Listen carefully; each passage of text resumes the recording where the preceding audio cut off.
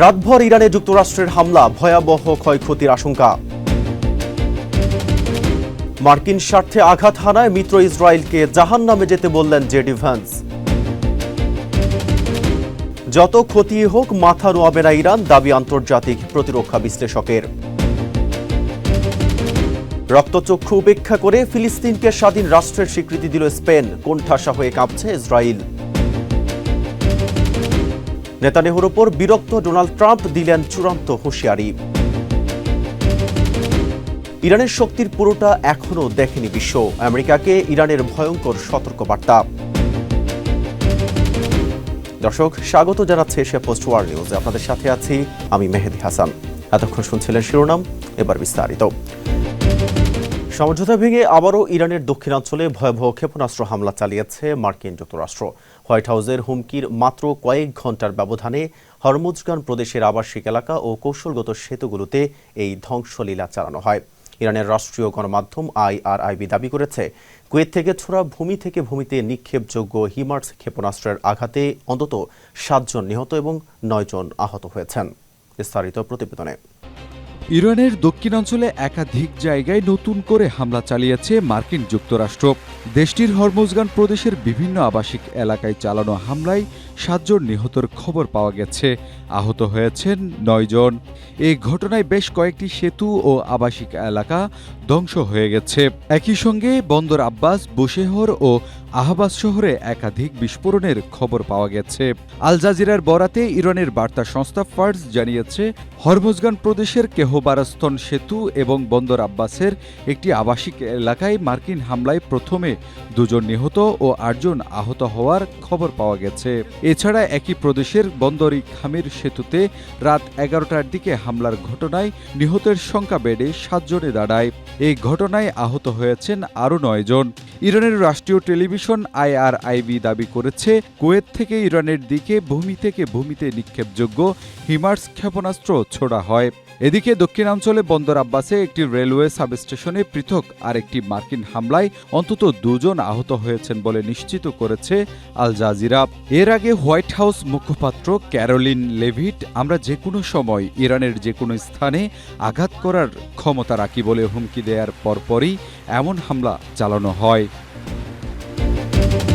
মার্কিন জনমত প্রভাবিত করে ইরান যুক্তরাষ্ট্র শান্তি চুক্তি বানচালের চেষ্টা করায় ইসরায়েলকে কঠোর হুঁশিয়ারি দিয়েছেন মার্কিন vice president JD Vance.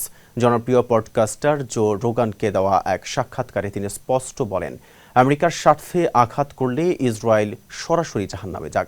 Vance অভিযোগ করেন, ট্রাম্প প্রশাসনের সমঝোতা নস্যাৎ করতে এবং যুদ্ধ দীর্ঘায়িত করতে ইসরায়েলের কিছু অংশ পর্দার আড়ালে বিপুল অর্থায়নে এক চক্রান্ত চালিয়েছে। বিস্তারিত রিপোর্টে।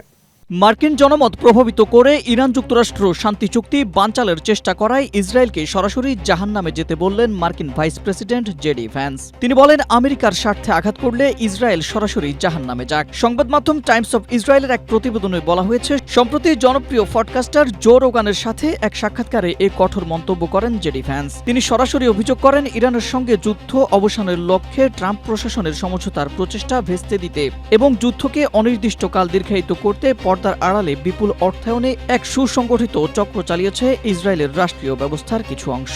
টাইম ম্যাগাজিনের এক অনুসন্ধানী প্রতিবেদনের তথ্য দিয়ে ভ্যান্স জানান, ট্রাম্পের সাবেক প্রচার ব্যবস্থাপক ব্র্যাড পার্সকেলের ক্লক টাওয়ার এক্স নামের এক প্রতিষ্ঠান ইসরায়েলের অর্থায়নে ট্রাম্পের মাগা সমর্থকদের প্রভাবিত করতে এক বিভ্রান্তিকর প্রচারণা চালিয়েছে। ভ্যান্স স্পষ্ট ভাষায় বলেন, যখন দেখি একটি বিদেশি প্রভাব বিস্তারকারী গোষ্ঠী আমার আলোচনার মাধ্যমে অর্জিত সমঝোতা ভেস্তে দেওয়ার জন্য অর্থায়ন করছে এবং সেই অর্থ পাওয়া ব্যক্তিরা অসৎ উপায়ে আমাকে আক্রমণ করছে, তখন আমার জবাব একটাই, নরকে যাও। আমার প্রথম দায়িত্ব আমেরিকার প্রতি। এছাড়া কুখ্যাত জেফ্রি অ্যাপস্টিনের সাথে ইসরায়েলি মোসাদের শীর্ষ কর্মকর্তাদের যোগসূত্র থাকার চাঞ্চল্যকর দাবিও করেছেন মার্কিন ভাইস প্রেসিডেন্ট। মার্কিন যুক্তরাষ্ট্রের তীব্র হামলার মুখেও ইরান নতি স্বীকার করবে না বলে দাবি করেছেন আন্তর্জাতিক প্রতিরক্ষা বিশ্লেষক অ্যালেক্স আলফিরাজ শিয়ার্স। আল জাজিরাকে দেওয়া এক সাক্ষাৎকারে তিনি জানান, তেহরানের বর্তমান প্রধান লক্ষ্য হল যে কোনো মূল্যে নিজের অস্তিত্ব টিকিয়ে রাখা এবং এর জন্য তারা বড় ধরনের ক্ষয়ক্ষতি মেনে নিতেও প্রস্তুত।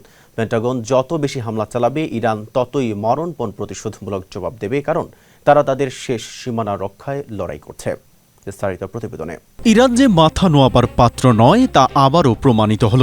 মার্কিন যুক্তরাষ্ট্রের তীব্র হামলার মুখেও পিছু না হটে নিজেদের অস্তিত্ব রক্ষায় তেহরান বড় ধরনের ক্ষয়ক্ষতি মেনে নিতেও প্রস্তুত বলে চাঞ্চল্যকর দাবি করেছেন এক আন্তর্জাতিক প্রতিরক্ষা বিশ্লেষক। লন্ডন ভিত্তিক প্রতিরক্ষা বিশ্লেষক অ্যালেক্স আল ফিরাজ শিয়ার্স কাতার ভিত্তিক সংবাদ মাধ্যম আল জাজিরাকে দেওয়া এক সাক্ষাৎকারে এই মন্তব্য করেছেন। তার মতে চলমান এই সংঘাতের মাঠ পর্যায়ে ইরানের প্রধান ও কৌশলগত লক্ষ্য হল যেকোনো মূল্যে নিজেদের অস্তিত্ব টিকিয়ে রাখা। শিয়ার্স বলেন, পেন্টাগন যত বেশি ইরানের সামরিক ও বেসামরিক স্থাপনাগুলোতে হামলা চালাবে, তেহরান কিন্তু ততবারই মরণপণ প্রতিশোধমূলক জবাব দেবে, কারণ তারা তাদের শেষ সীমানা রক্ষায় লড়াই করছে। তিনি উল্লেখ করেন, অস্তিত্ব টিকিয়ে রাখার পাশাপাশি ইরানের পরবর্তী লক্ষ্য হল নিজেদের পুনর্গঠন এবং মধ্যপ্রাচ্যের শক্তির ভারসাম্য সম্পূর্ণ নিজেদের অনুকূলে নিয়ে আসা।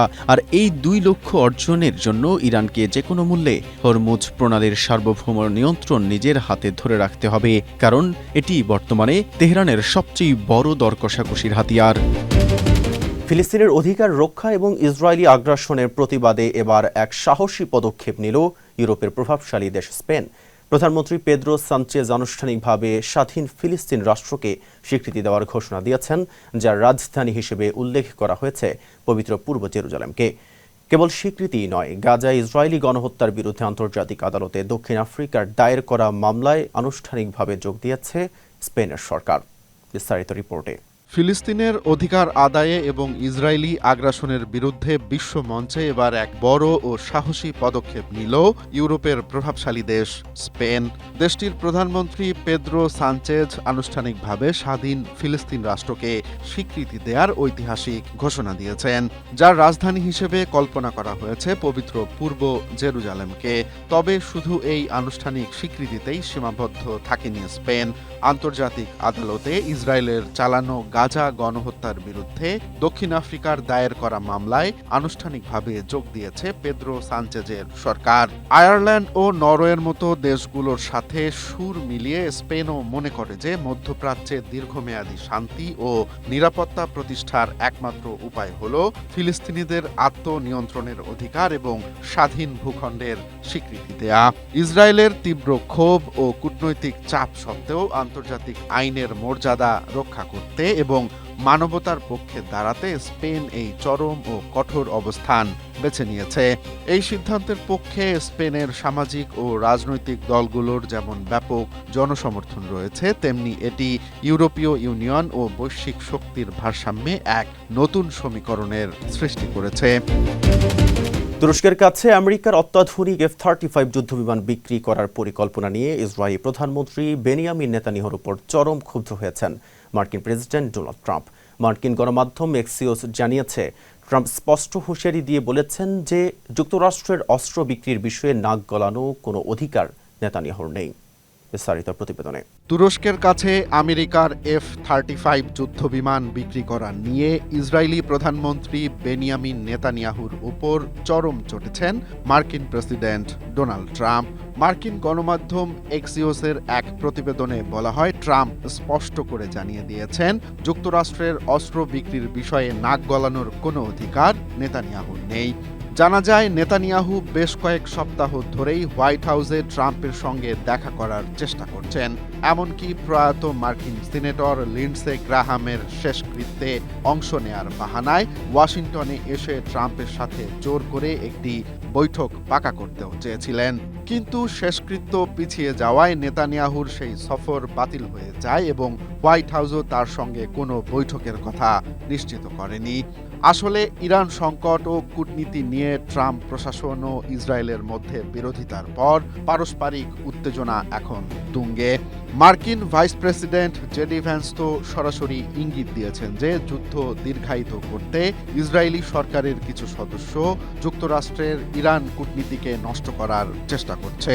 2025 সালে ট্রাম্প পুনরায় ক্ষমতায় আসার পর নেতানিয়াহু অন্তত 6 বার ওভাল অফিসে গেলেও এবার কিন্তু ট্রাম্প তার উপর স্পষ্টতই অসন্তুষ্ট। ইরানের সামরিক শক্তির আসল রূপ এবং তাদের সক্ষমতার সিংহভাগ এখনও বিশ্ববাসী দেখেনি।